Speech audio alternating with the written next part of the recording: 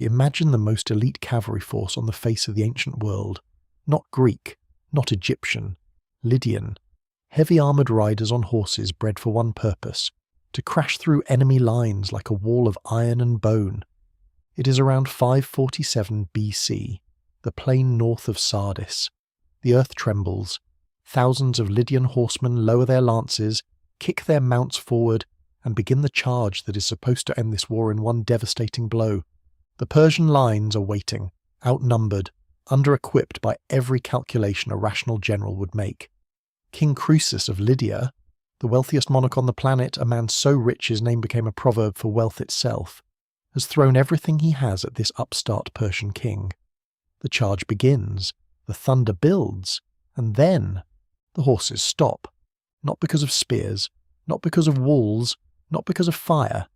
They stop because of a smell, a thick, pungent, utterly alien smell rising from the Persian front line. The reek of camels, common baggage camels ripped from supply trains and shoved onto the front line of battle.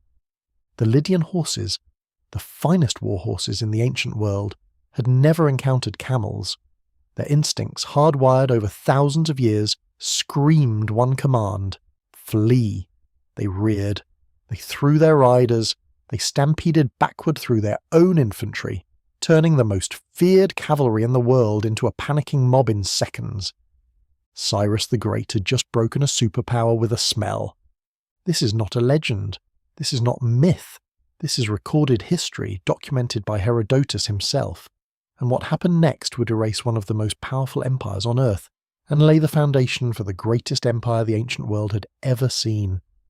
This is the battle ancient tradition associates with a plain near Sardis, the battle modern historians call Thymbra, fought sometime around 547 or 546 BC. And this is the brutal truth of how Cyrus the Great changed the art of war forever. Quick word before we dive in. If you want to support this channel and protect yourself online while you're binge-watching ancient history at 2 AM, check out NordVPN. I personally use it. It keeps your browsing private, your data encrypted, and it works across all your devices. I'm not sponsored by them, but I do have an affiliate link in the description and pinned comment below. It costs you nothing extra, and it genuinely helps keep this channel going. Check it out, support the channel, and let's get back to the plain of Sardis. The world of 550 BC was a world of giants. 3 empires dominated the known earth with brutal, unapologetic force. In the east, Babylon, ancient, magnificent, and ruthless, controlled the fertile rivers of Mesopotamia. In the southwest, Egypt, old as time itself, still commanded armies and held its pharaohs like living gods. And in the west, straddling the spine of Anatolia between the Aegean Sea and the Great Halys River, sat the Lydian Empire. Lydia was, by every measure, a superpower. Its capital, Sardis, was a city of breathtaking wealth, a commercial hub where east met west, and fortunes changed hands in the time it took a merchant to unload a caravan. Beneath the city flowed the Pactolus River, threaded with electrum and gold dust. Lydian craftsmen had produced some of the earliest coinage in the ancient world, crude electrum pieces that predated Croesus himself. But it was under Croesus that Lydia developed a true bimetallic system, minting pure gold and pure silver coins separately for the first time, a monetary revolution that fueled a treasury making every other monarch on earth look poor. When ancient writers wanted to describe unimaginable wealth, they did not point to Babylon or Egypt. They said simply, as rich as Croesus. That phrase still echoes in our language today, 2,500 years later. Croesus was not just rich, he was politically formidable. He had conquered the Greek city-states of the Ionian coast, turning their brilliant, restless philosophers and merchants into Lydian tributaries. He had forged alliances with Egypt, Babylon, and Sparta. He controlled the most important overland trade routes in the ancient world. And above all, he had an army that generals across the ancient Near East feared, specifically his cavalry. Lydian horsemen were the shock troops of their age, heavy riders on powerful horses, trained to charge and shatter infantry formations before they could react. In the hierarchy of ancient military power, the Lydian cavalry sat close to the top. Then from the east came Cyrus. Cyrus II of Persia was something the ancient world had not quite seen before. He was not merely a conqueror, he was a conqueror who understood people. Born around 600 BC into the minor Achaemenid dynasty of Persis, a vassal kingdom of the mighty Medes, Cyrus had spent his early reign absorbing, learning, and calculating. In 553 BC, he revolted against his Median overlords. By 550 BC, he had captured the Median king Astyages, seized the capital of Ecbatana, and declared himself the legitimate successor of the entire Median Empire, not as a destroyer, but as a liberator, a man who folded conquered peoples into his empire rather than simply burning their cities. He was brilliant, charismatic, and utterly without mercy when the situation demanded it. His conquest of Media handed him something enormous, a border with Lydia. And now, two of the most powerful men on earth were staring at each other across the Halys River, each waiting for the other to blink. Croesus blinked first, but not in the way you might expect. Before going to war, he did what wealthy, powerful men in the ancient world always did when they faced a serious decision. He consulted the oracle at Delphi. He sent magnificent gifts to the shrine and asked the god Apollo a single question. If he crossed the Halys River and made war on Cyrus, what would happen? The oracle's answer came back in the form of a prophecy that has echoed through history. If you cross the Halys, you will destroy a great empire. Croesus smiled. He had his answer. He was wrong about which empire. To understand why Thymbra matters, you have to understand what Croesus believed he was. He was not merely a king. He was the undisputed centre of the civilized world's gravity, the wealthiest, most diplomatically connected monarch on earth. And in 547 BC, he had spent decades earning every reason to believe that. Croesus had inherited his throne around 560 BC, ascending as part of the Mermnad dynasty of Lydia after the death of his father, Alyattes. But what he inherited was already extraordinary. Lydia sat at the precise crossroads where eastern and western trade routes converged, a geographic lottery ticket that his predecessors had already cashed. Merchants from Mesopotamia, Greece, Egypt, and the Levant all funneled goods through Lydian territory, and every caravan passing through left tribute in its wake. The Lydian royal treasury swelled in ways that no other kingdom in the ancient world could match. Croesus, however, was not a man content to sit on wealth. Almost immediately after taking the throne, he launched a campaign of expansion along the Ionian coast, systematically conquering the brilliant, restless Greek city-states of western Anatolia, Ephesus, Miletus, Halicarnassus, and others. He subjugated all territories west of the Halys River, turning their philosophers, craftsmen, and merchants into Lydian tributaries. He was not particularly cruel about it. Herodotus records that the Greeks generally found him a tolerant overlord, but he was systematic and thorough. By the time Croesus reached the height of his power, the Lydian Empire controlled the western half of Anatolia from coast to river, commanded the most important overland trade arteries in the ancient world, and boasted a cosmopolitan professional army that drew from across the Mediterranean world. But of all his military assets, one towered above the rest: his cavalry. Lydian horsemen were the shock troops of the ancient world, heavy riders in layered scale armour, carrying long lances and round shields, mounted on powerful war horses bred specifically for combat. These were not scouts or skirmishers. They were the ancient equivalent of a tank corps. In an age before the stirrup, when cavalry tactics were still being invented in real time on actual battlefields, a well-executed mass charge of armoured horsemen was one of the most terrifying weapons a general could deploy. Horses were larger than most infantry had ever stood next to. A charging line of armoured riders was a moving wall of muscle, iron, and bone that crushed formations that did not scatter and ran down formations that did. The Lydian cavalry had shattered enemy lines from the Aegean coast to the banks of the Halys, and Croesus had every confidence in the world in them. Alongside his cavalry, Croesus's professional infantry was formidable in its own right. He employed battle-hardened Greek hoplite mercenaries, men who fought in tight phalanx formations with long spears and overlapping shields, alongside Egyptian spearmen who used the curved khopesh sword as a close combat secondary weapon, and presented a solid, almost impenetrable front when properly formed. Supplementing these were Mesopotamian archers and levy infantry from across the Lydian subject territories. At full strength, the Lydian army was a genuinely multinational force, experienced, well-equipped, and generously paid. Now 2 of the most powerful men on earth were eyeing each other across the Halys River, and Croesus, ever the strategist, began calculating not just whether to fight, but how to ensure total victory before the war even started. He understood immediately that Cyrus was not like the regional powers he had absorbed before. This required a coalition. So Croesus began building the most ambitious diplomatic alliance the ancient world had yet seen. He sent ambassadors with lavish gifts to Egypt, where Pharaoh Ahmose II ruled with a strong enough army to threaten Persia's southwestern flank. He sent similarly generous messengers to Babylon, where King Nabonidus controlled the fertile rivers of Mesopotamia and had his own deep reasons to fear Persian expansion.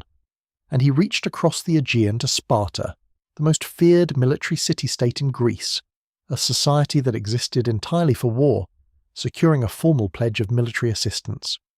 On paper, Croesus had constructed a 4-power coalition against Persia, with the combined resources of Egypt, Babylon, Sparta, and Lydia arrayed against this one young upstart king from the Iranian plateau. Then, as was custom for any decision of grave importance, Croesus turned to the gods. He sent extraordinary gifts, gold offerings of immeasurable value, to the most respected oracle in the Greek world, the shrine of Apollo at Delphi. He had tested the oracles beforehand, dispatching messengers to every major prophetic site in the Mediterranean and asking each one to describe what he, Croesus, was doing on a specific day. Only Delphi answered correctly, that Croesus was boiling a tortoise and a lamb together in a bronze cauldron, a deliberately obscure act designed to test divine knowledge. Satisfied, he put his real question to the oracle. If he crossed the Halys and made war on Cyrus, what would happen? The oracle's reply came back in language that has echoed through the centuries. If you cross the Halys, you will destroy a great empire.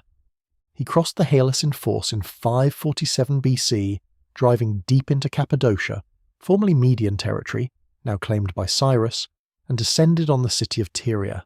He sacked it. He enslaved its population. He planted his standard on Persian-claimed soil and waited for Cyrus to respond. Cyrus, whose spies had been tracking Lydian movements carefully, assembled his forces and marched to meet him. The 2 armies met on the Cappadocian plain. Herodotus keeps his account of Tyria brief. They fought hard, both sides suffered greatly, and when night fell, neither had won. That is essentially all he tells us. No cavalry charges, no named formations, no tactical mechanics. The battle was indecisive and both sides withdrew. In the calculation of every conventional general in the ancient world, there was only one rational response to a bloody stalemate heading into winter: disengage, rest, and return in the spring with fresh forces and allied reinforcements. War was seasonal. Campaigning through cold Anatolian winters was logistically brutal and financially ruinous. No sane general kept a large mercenary army in the field through the winter months if he didn't have to. So Croesus did exactly what anyone in his position would do. He pulled his army back to Sardis, his magnificent capital city, and made a decision that would define his legacy for the rest of recorded history. He dismissed his mercenaries, his Greek hoplites, the best heavy infantry in the ancient world, his Egyptian spearmen, disciplined, experienced, and ferocious in close combat, his allied contingents. He sent them all home, instructing them to return in 5 months when campaigning season resumed. He then dispatched messengers to Egypt, Babylon, and Sparta, asking his allies to assemble at Sardis in spring for the combined campaign that would surely crush Cyrus once and for all. He went to bed feeling safe. He had the gold to pay everyone back. He had the alliances in place. He had the best cavalry in the world. He had time. He did not know that Cyrus had already decided time was the one thing Croesus would not be given. The Persian king gave Croesus a few days' head start, just enough for the Lydian to feel the safety of distance. Then, in the dead of the Anatolian winter, in conditions no ancient army was supposed to campaign through, Cyrus turned his entire force around and began the march towards Sardis. He moved with extraordinary speed, kept his scouts thrown wide to prevent detection, and maintained a discipline so complete that the entire Persian army tracked Croesus all the way to his capital without triggering a single alarm. Croesus had barely unpacked. Days after arriving home, expecting 5 months of safe preparation, he looked out from the walls of Sardis and saw the Persian army encamped on the plain below. The strategic trap had been sprung with perfect precision. His Greek mercenaries were gone, his Egyptians had dispersed, his Babylonian and Spartan allies were weeks of marching away at best. He had one option left: fight with what he had. And so, on a wide, flat plain just north of Sardis, near a place ancient sources call Thymbra, Croesus assembled every fighting man he could still muster: household troops, Lydian levies, what remained of his allied contingents, and any mercenaries who hadn't yet travelled far.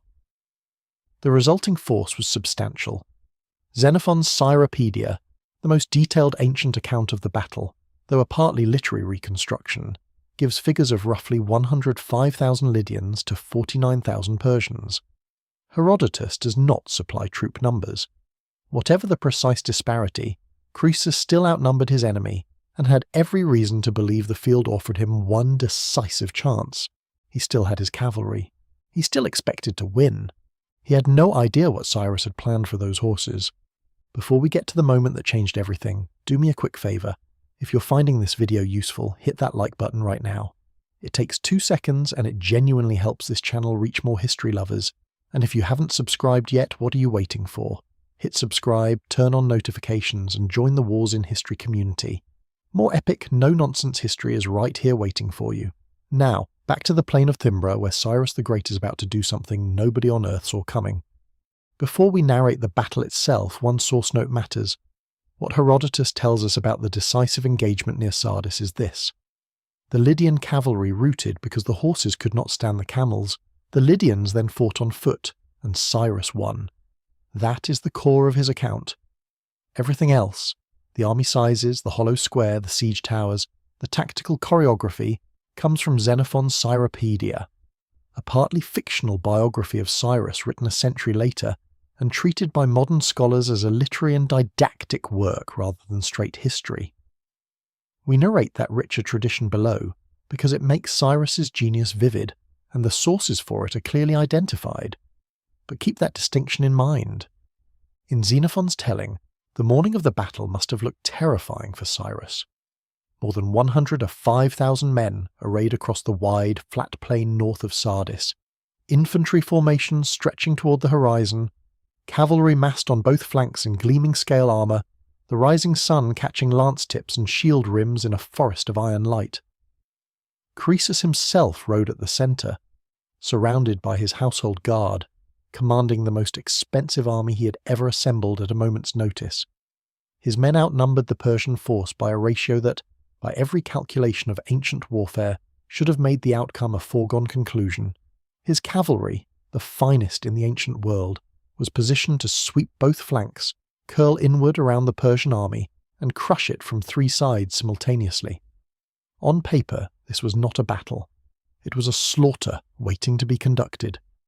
Cyrus could count.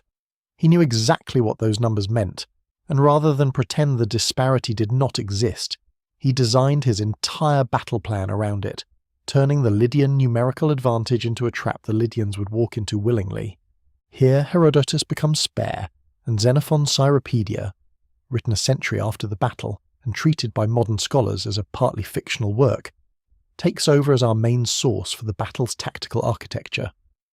In Xenophon's account, rather than the conventional long horizontal line, a broad front designed to match the enemy's width and prevent being outflanked, Cyrus deployed his army in a hollow square, a formation so unusual in this period that Croesus's generals, watching the Persians form up, almost certainly did not understand what they were looking at. The front face of the square was composed of sparabara infantry, heavy spearmen fighting behind enormous rectangular shields made of wicker and leather that could absorb arrow fire and blunt cavalry charges. Behind them, sheltered by the shield wall, stood serried ranks of Persian archers, the finest composite bow archers in the ancient world, capable of sustaining a rate of fire that darkened the sky. On the flanks of the square, rather than pushing cavalry and chariots forward to the wings as Croesus expected, Cyrus pulled them back and inward, refusing to expose them to the Lydian flanking attack. And inside the square, positioned as elevated killing platforms, he deployed mobile siege towers mounted on heavy-wheeled wagons, an innovation so radical and unexpected that Croesus had no tactical response to it. These towers elevated Persian archers above the height of their own front ranks, allowing them to fire directly over the shield wall and down into the densest concentrations of enemy troops, turning what was normally a siege instrument into a devastating field artillery weapon.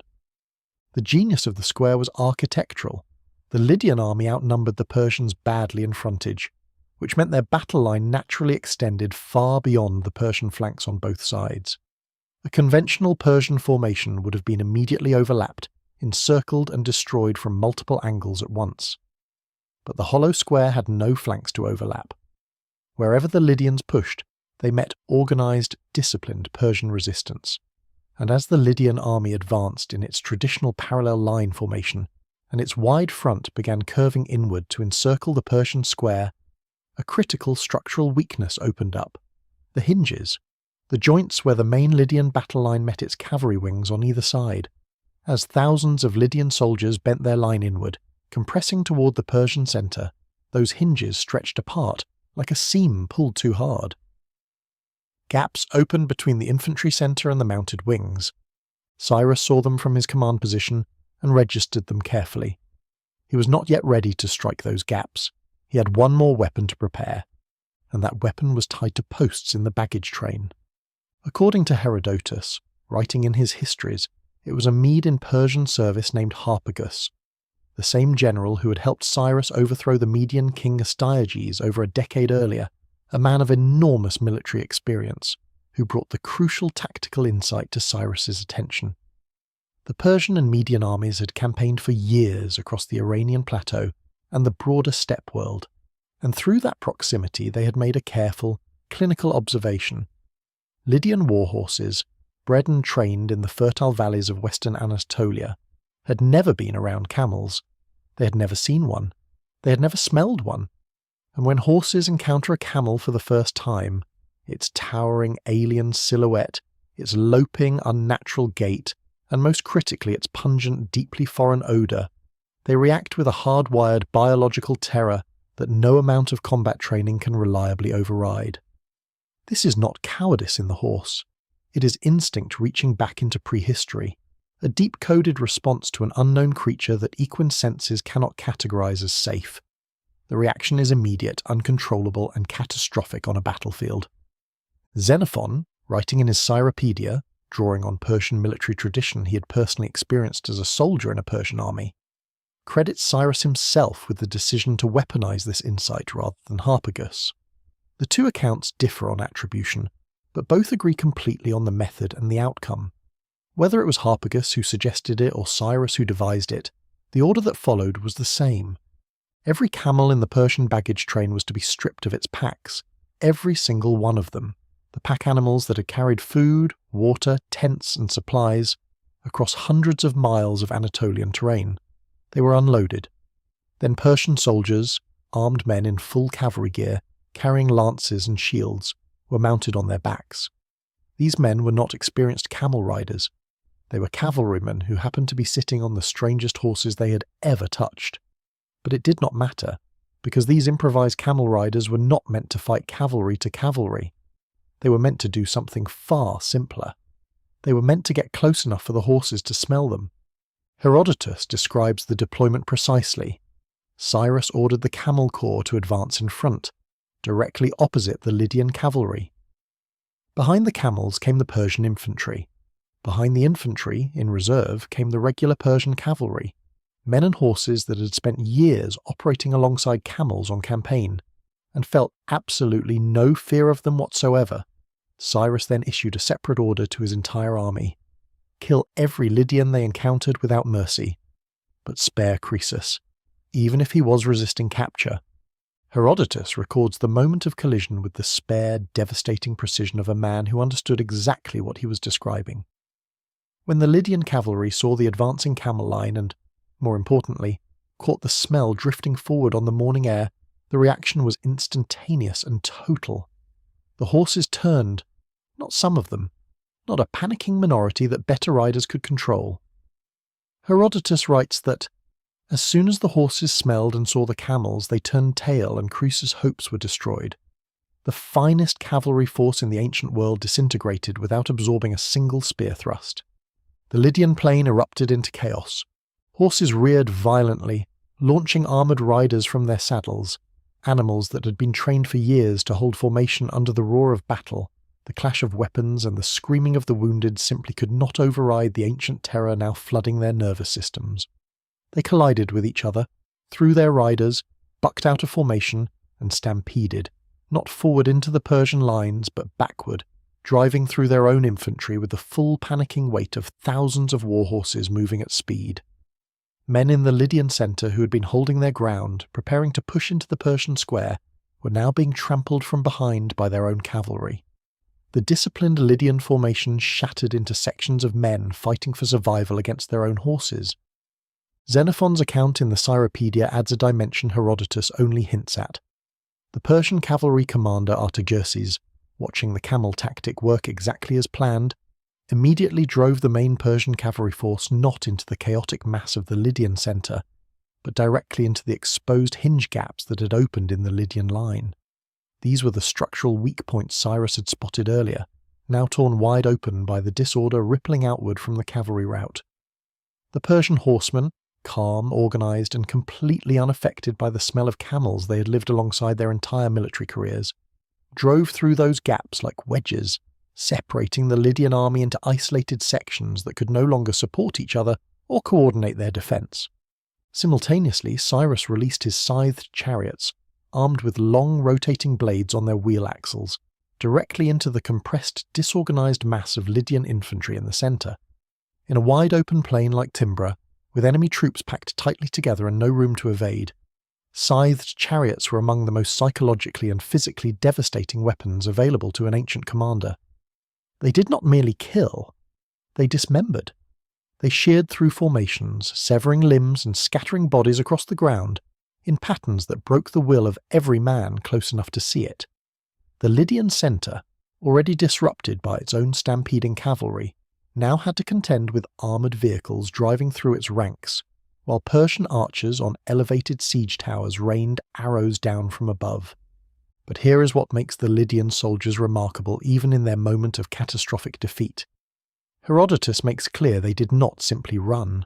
When the Lydian cavalry riders understood that their horses would not obey, many of them chose to dismount voluntarily on the battlefield, under fire in the middle of a collapsing formation. They jumped off their panicking animals, drew their swords, and charged the Persian camel line on foot.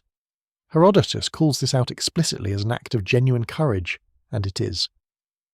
These were men who had just been deprived of their primary weapon system, who could see their army disintegrating around them, and who still chose to advance on the enemy rather than flee.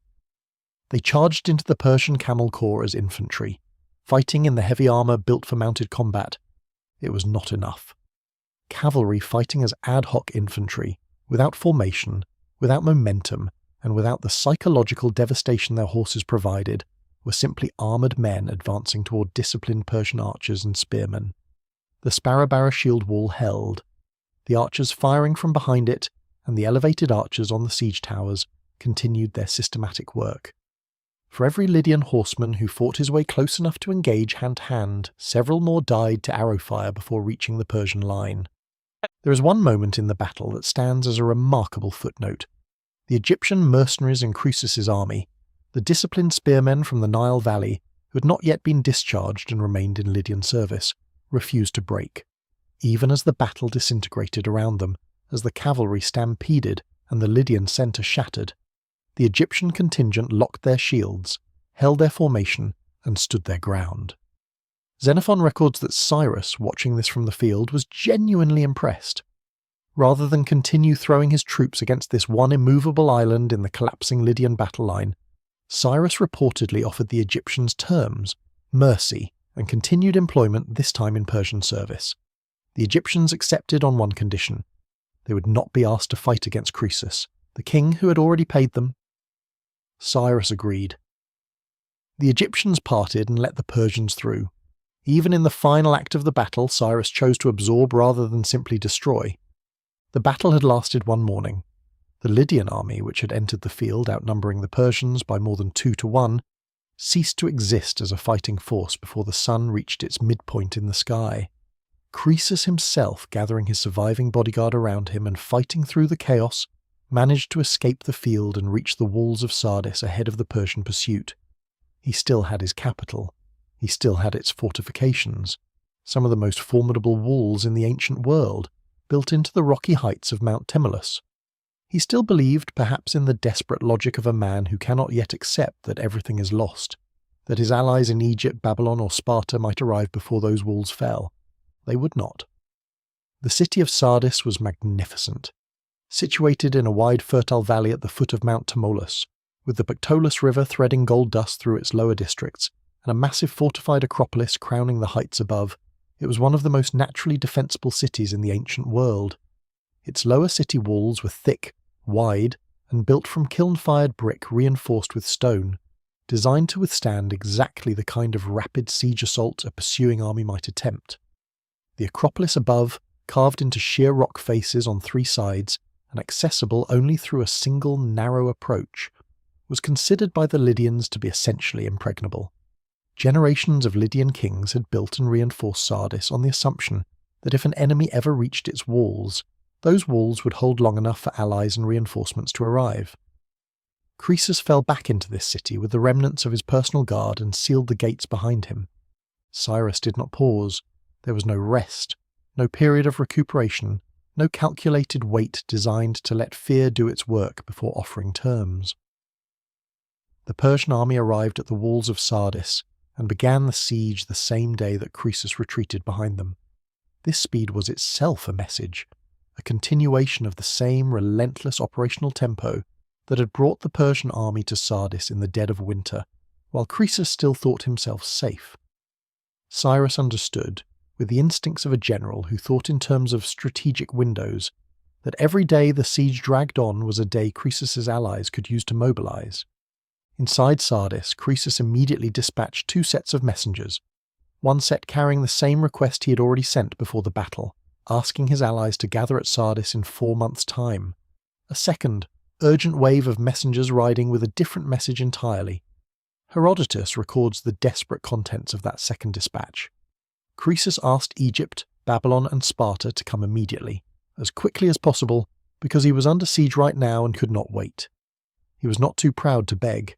He was a man watching the oracle's prophecy fulfill itself in real time and refusing to stop fighting even as it closed around him. Herodotus records no reply to these messages ever reaching Sardis while Croesus was still free inside it. The Spartans, according to one account, did actually begin preparations for a relief expedition, but they were too slow. Babylon and Egypt made no recorded attempt. The coalition that had looked so formidable on papyrus simply did not move fast enough to save the empire that had built it. The siege settled into 14 days of brutal methodical work. Cyrus's engineers attempted every standard approach, probing the walls for weaknesses, scaling attempts, fire, and attrition. The walls held. Cyrus reportedly grew frustrated and offered a reward to the first soldier in his army who could find a way in. But for 13 days nobody succeeded.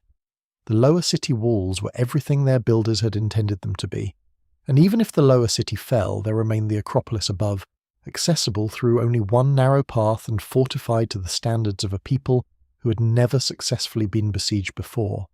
Then came the 14th day, and with it, one of the most memorable moments of accidental vulnerability in all of military history. A Persian soldier named Hieroides, described by Herodotus as a Mardian, a man from one of the Iranian nomadic groups that served in the Persian army, had been carefully watching the Sardis Acropolis from a distance. The day before, he had observed a Lydian soldier descend the seemingly sheer southern face of the Acropolis to retrieve a helmet that had rolled down the slope. The Lydians had assumed this face of the mountain was so steep and so dangerous that it required no guards. No sentry stood watch there. No patrol walked that section of the wall. It was not defended because it was not considered penetrable. Hieroides studied the route the Lydian soldier had used and noted every handhold, every ledge, every fold in the rock face. The next morning he led a small group of Persian soldiers to the base of that unguarded cliff and began to climb. Herodotus records that once the first few men made it to the top successfully, others followed in increasing numbers. The Persians scaled the one face of the most fortified city in western Anatolia that nobody had thought to defend, because no one had thought anyone would try. Sardis fell the same day. The Persians poured over the Acropolis wall, descended into the city from above, and opened the gates to the main force waiting below. The city that had seemed impregnable, the city whose walls had been built on the assumption of permanent security, was sacked in hours. Herodotus records that once the walls were breached, Persian soldiers moved through the streets, killing everyone they encountered. The lower city of Sardis, with its gold workshops, its treasury buildings, its markets, and its residential districts, was plundered. The wealth of Croesus, the gold coins, the refined bars of Electrum, the treasury reserves that had funded armies and bought alliances across the Mediterranean world, was seized and transferred to Persian control. In Herodotus's account, Croesus was captured in the Acropolis and brought before Cyrus in chains. Herodotus records what happened next with a detail that has fascinated readers for 2.5 millennia. Cyrus condemned Croesus to death, to be burned alive on a pyre alongside 14 Lydian youths. The pyre was constructed and lit. As the flames began to take hold around him, Croesus reportedly called out the name of a Greek sage named Solon, muttering it 3 times. Solon of Athens had visited Sardis years before the war, during Croesus's reign of supreme power and confidence. Croesus had shown him his treasury, his palace, his army, and his gold, and asked the sage directly, who was the happiest man in the world? He expected Solon to say, "You, Croesus, the richest, most powerful king on earth." Solon instead told him a story about an Athenian farmer who had lived a good life, raised fine sons, and died in battle defending his city, and named that anonymous farmer as a candidate for true happiness. He then told Croesus something the Lydian king did not want to hear, that no man could be called truly happy or truly fortunate until his life was over and its end was known. Prosperity was not permanent, fortune reversed. Only a complete life, judged in full at its close, could be called happy or unhappy with any certainty. Croesus had dismissed this philosophy with the impatience of a man who believed his wealth made him immune to tragedy. Now, standing on a burning pyre in chains while the city his dynasty had built for centuries burned below him, he understood what Solon had meant, and he said the sage's name out loud. Cyrus, watching from nearby, heard the name and sent interpreters to find out what Croesus was saying. The translators relayed the story of Solon's visit and its meaning. Herodotus writes that Cyrus had a change of heart. He was moved, not merely by compassion, but by recognition. He was a conqueror at the height of his power, as Croesus had once been. He too could be standing on that pyre one day. He ordered his men to extinguish the flames immediately. They could not. The fire had taken too strong a hold. Herodotus, in his mythological framing, attributes the sudden rainstorm that doused the pyre to the intervention of Apollo, responding to Croesus's prayers. Whether you credit Apollo or fortunate weather, the fire went out. Croesus stepped off the pyre alive. What happened to Croesus after this moment is genuinely disputed among ancient sources, and modern historians are divided. Herodotus presents a remarkably generous account in which Cyrus kept Croesus as an honoured advisor and confidant, a man whose philosophical hard-won wisdom Cyrus valued for the remainder of his campaigns. This portrait of Croesus advising Cyrus on the management of conquered peoples and cautioning him against overreach appears multiple times in the histories, and while it carries a strong literary quality that has led some historians to treat it with skepticism, it is not implausible. Cyrus had already demonstrated with the Medes and with the Egyptian mercenaries on the plain of Thymbra a consistent pattern of folding conquered enemies into his administration rather than destroying them. It would be consistent with his character to keep Croesus alive and even find genuine use for him. Other ancient sources are less romantic. Ctesias, a Greek physician who served at the Persian court a century after these events and had access to Persian royal records, presents a darker account in which Croesus was executed after the fall of Sardis. The Nabonidus Chronicle, a Babylonian cuneiform document contemporary with the events, mentions the fall of Sardis and the capture of its king but does not specify Croesus's fate. The truth most likely lies somewhere between Herodotus's literary narrative and the blunter accounts of other sources. What can be said with certainty is that the Lydian Empire as a political entity ceased to exist the day Sardis fell. Whether Croesus lived or died, Lydia was gone. The consequences of Thymbra and the fall of Sardis cascaded outward through the ancient world with extraordinary speed. Lydia had been the western anchor of resistance to Persian expansion, the empire that controlled Anatolia, backed the anti-Persian coalition, and stood between Cyrus and the Mediterranean. With Lydia absorbed, that anchor was gone. The Ionian Greek city-states of the Aegean coast, Ephesus, Miletus, Halicarnassus, and the others, had until now lived under Lydian rule, which was, by ancient standards, relatively tolerant. Under Persian rule, these same cities became the flashpoint of a civilizational clash that would define the next century. Their resentment of Persian authority, their desperate appeals to mainland Greece, and ultimately the revolts they launched, would light the fuse of the Greco-Persian Wars, Marathon, Thermopylae, Salamis, Plataea, the entire cascade of world historical confrontations that shaped Western civilization flowed from this moment, from this plain, from this battle decided in a single morning by the smell of baggage animals. With Lydia destroyed, Cyrus turned his attention to the remaining pillars of the ancient Near East. He moved systematically, with the same intelligence and patience that had defined his entire career. In the years after Lydia's fall, Cyrus pushed east, consolidating Parthia, Bactria, Sogdiana, and the former Median frontier territories into his growing domain. Then, in 539 BC, he turned toward Babylon itself, the greatest city on earth, the center of Mesopotamian civilization, the ally that had pledged to help Croesus and had failed to arrive. The Babylonian king Nabonidus had made himself deeply unpopular with his own priests and people through years of religious controversy, and Cyrus exploited this ruthlessly. When the Persian army reached Babylon, the city's gates opened. The priests of Marduk, Babylon's chief god, welcomed Cyrus as a liberator sent by divine will. Cyrus entered Babylon without a battle, issued the Cyrus Cylinder, a royal Babylonian inscription recording his restoration of temples, return of displaced peoples, and legitimacy as Babylon's rightful king, and absorbed the richest and most ancient city on earth into his empire without burning a single temple. The Achaemenid Persian Empire, born on the plain of Thymbra when a line of camels broke a cavalry charge, now stretched from the Aegean coast to the borders of the Indian subcontinent, the largest empire the world had ever seen. Within a generation it would extend further still, incorporating Egypt under Cyrus's son Cambyses and pushing into the Indus Valley under Darius the Great, an empire that could house modern-day Turkey, Greece, Egypt, Iran, Iraq, Syria, Afghanistan, and Pakistan within its borders, all of it traceable, in the unbroken logic of cause and consequence, back to one Persian general's observation about what camels do to horses. History is written by the survivors, but military history is written by the innovators, the men and women who looked at the battlefield and saw not what it was, but what it could be made into. Cyrus the Great was one of the rarest specimens in all of recorded history, a man who won not merely because he was stronger or richer, or better supplied than his enemies, but because he thought differently from every other general of his age. And the Battle of Thymbra is the purest, most concentrated expression of what that mind was capable of producing.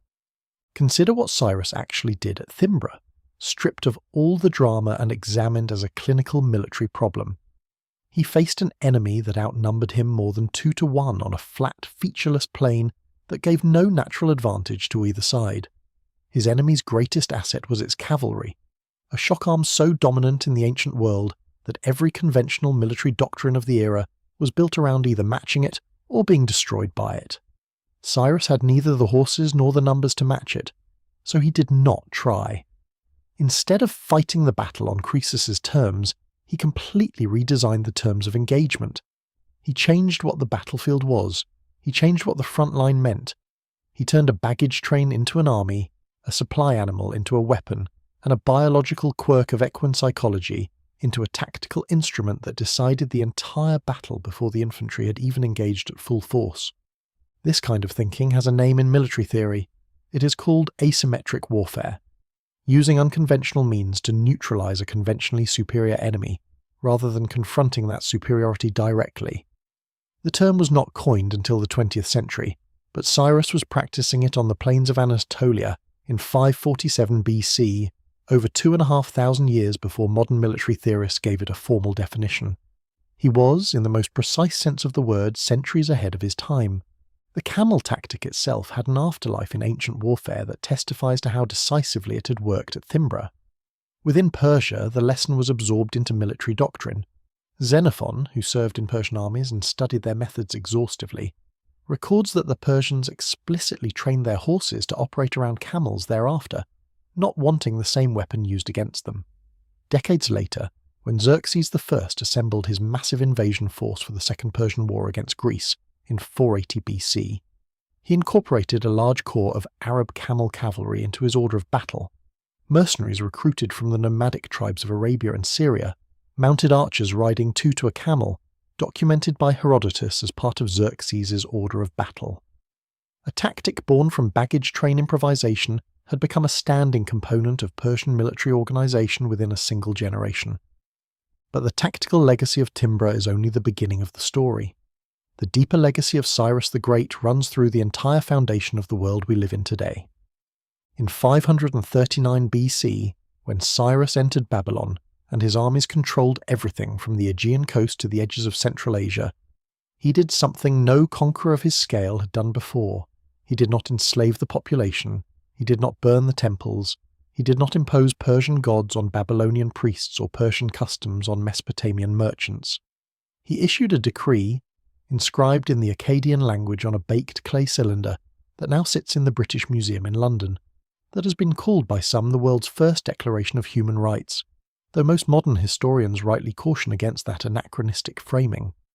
The Cyrus cylinder, as it is known, records that Cyrus returned cult statues and displaced peoples to their home cities, and presented himself as restoring proper order to Babylon after Nabonidus's misrule. Modern scholars, including the British Museum, caution against reading the cylinder as a broad human rights charter. It is a Babylonian royal inscription, specific to Babylon, not a universal declaration. Among the peoples he released from Babylonian captivity were the Jews, an act of political and religious tolerance that earned Cyrus a unique distinction in the Hebrew Bible, where he is referred to as the Lord's Anointed, the only non-Jewish figure in the entire Hebrew scripture to be called by that title. For this act alone, Cyrus occupies a sacred place in multiple religious traditions that still number billions of adherents today. The Achaemenid Empire that Thymbra made possible became the most sophisticated administrative entity the ancient world had ever produced. At its peak under Darius the Great, who expanded Cyrus's conquests further still, pushing the empire's eastern frontier into the Indus Valley and its western frontier into Thrace and Macedonia, the Achaemenid Empire covered over 3 million square miles of territory and governed approximately 50 million people, roughly 40% of the entire world's population at that time.